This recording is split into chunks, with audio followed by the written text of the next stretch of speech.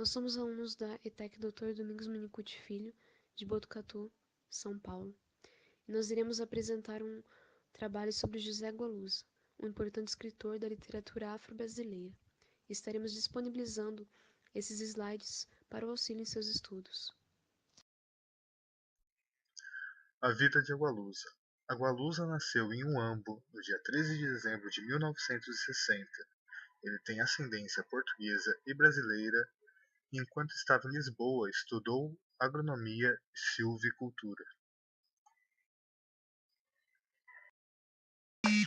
Os seus livros estão traduzidos em 25 idiomas. Escreveu várias peças de teatro: Geração W, Aquela Mulher, Chovem Amores na Rua do Matador e A Caixa Preta. Estas duas últimas, juntamente com Mia Couto, é um membro da União dos Escritores Angolanos.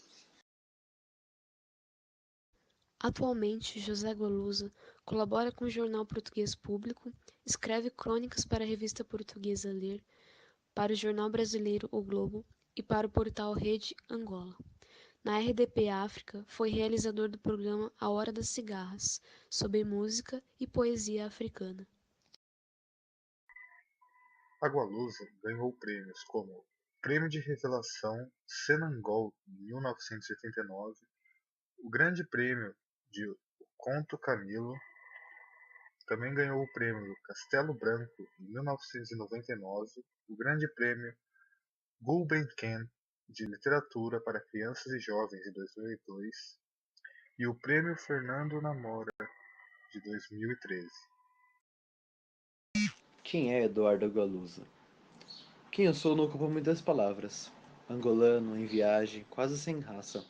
Gosto do mar, de um céu em fogo ao fim da tarde. Nasci nas terras altas. Quero morrer em Benguela. Como alternativa pode ser Olinda, no nordeste do Brasil.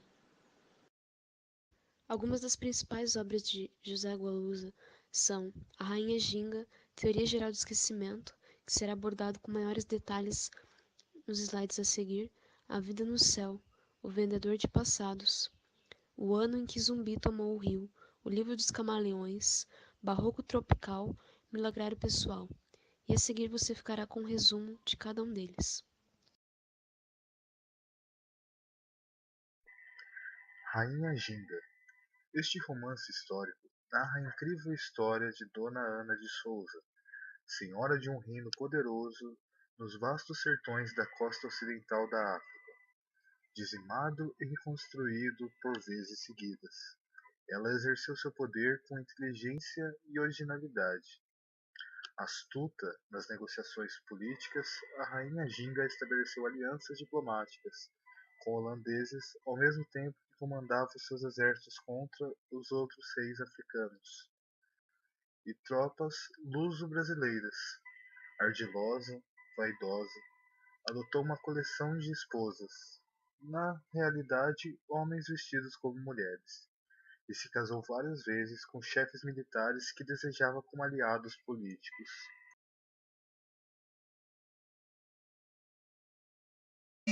A Vida no Céu é um romance distópico, no futuro que se segue ao grande desastre, e em que o mundo deixou de ser e como o conhecemos, encontrando-se o globo terrestre inteiramente coberto por água, e a temperatura, a superfície, intolerável, restou ao homem subir aos céus. Mas essa ascensão é literal. A humanidade, reduzida agora a um par de milhões de pessoas, habita aldeias suspensas e cidades flutuantes, dirigíveis gigantescos denominados Tóquio, Xangai ou São Paulo, e os mais pobres navegam ao ar em pequenas balsas rudimentares. Carlos Benjamin Moco é o narrador da história, tem 16 anos e nasceu numa aldeia, que junta mais de 100 balsas. O desaparecimento do pai fará com que Benjamin decida partir de sua procura. O Vendedor de Passados. O romance conta a história de um vendedor de ilusões. O personagem principal é Félix Ventura, um albino que tem a curiosa profissão de preparar e vender árvores genealógicas. Os seus clientes, prósperos empresários, políticos, generais, isto é, a burguesia angolana, têm o seu futuro assegurado, mas, porém, falta-lhes um passado bom. Até que um dia lhe aparece em casa um estrangeiro que precisa de uma nova identidade. uma identidade angolana. A narrativa conta com uma confusão de narradores, não sendo possível, em alguns trechos, identificá-los, o que exige atenção por parte dos interlocutores. Em 2013, foi produzido o filme baseado na obra literária, protagonizado por Lázaro Ramos e Aline Moraes, e direção de Lula Buarque de Holanda. O Livro dos Camaleões, uma seleção de contos marcada pela prodigiosa arte do escritor angolano, pela sua notável galeria de personagens, bem como pelo seu sentido de humor e sensibilidade tão presentes em Um Estranho em Goa, A Vida no Céu ou A Rainha Ginga. Um ditador africano muito respeitado em Portugal escreve a sua biografia. Um famoso marinheiro maltês visita São Tomé, depois de passar por um lugar onde o tempo não passa. O antropólogo descobre-se nu e indefeso diante de uma mulher. Uma zebra persegue um escritor. Uma virgem perde a cabeça. Neste, O Livro dos Camaleões, cruzam-se personagens em busca de uma identidade, ou em trânsito de identidade, atravessando diversas épocas do século XIX aos nossos dias, e diversas geografias, das savanas do sul da Angola às ruidosas ruas do Rio de Janeiro. Algumas dessas personagens são arrancadas à realidade, ou inspiradas em figuras reais. Não se trata de saber onde termina a realidade e começa a ficção. Trata-se de questionar a própria natureza do real.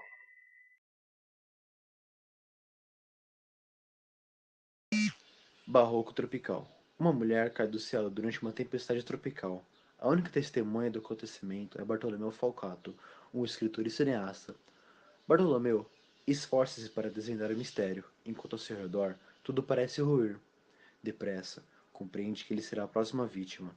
Um traficante de armas em busca do poder total, um curandeiro ambicioso, o antigo terrorista das Brigadas Vermelhas, um jovem pintor autista, um anjo negro, ou a sua sombra, e dezenas de outros personagens cruzam-se com Bartolomeu, entre um crepúsculo e o seguinte, nas ruas de uma cidade em convulsão. Milagrário Pessoal conta a história de Yara, uma jovem linguista portuguesa que tem como ofício a catalogação de neologismos. A história tem início quando Yara descobre que uma série de novas palavras, todas elas tão necessárias que parecia impossível que elas não existissem anteriormente, estão sendo inseridas na língua, e que isso pode afetá-la profundamente. A linguista, então, passa a contar com o auxílio de um professor angolano, anarquista e de passado sombrio, para descobrir quem ou o que iniciou as modificações na língua portuguesa. Em um trecho do livro, Yara e o professor conversam, e este propõe a escolha das suas 10 palavras preferidas. Nessa escolha, é a sonoridade da palavra que tem maior relevância, não necessariamente seu significado. Segue um trecho. Assim como criamos as línguas, também as línguas nos criam a nós.